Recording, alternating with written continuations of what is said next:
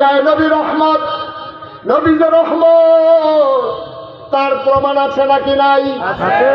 মুসলমান মন দিয়ে শোনো আমার শেষের দিকের মেসেজ, গভীর মনোযোগ, খরগোশের মতো কান খাড়া করে মাছের মতো নিষ্পলক নয়নে কথা শুনতে হবে। গভীর মনোযোগ দিয়ে শোনো।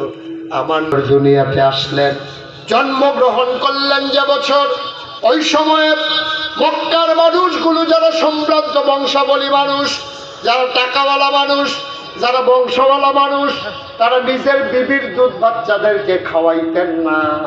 তো বাচ্চারা খাবে কি? তৎকালীন জামানায় তায়েফ একটা শহর ছিল, এখনো আছে। তায়েফ থেকে একদল মহিলা আসতো, এসে বাচ্চা নিয়ে যেত, টাকার বিনিময়ে দুধ খাওয়াইয়া আবার আইনা দিয়ে যাইত মক্কায়। সুবহানাল্লাহ। তো যে বছর নবীজি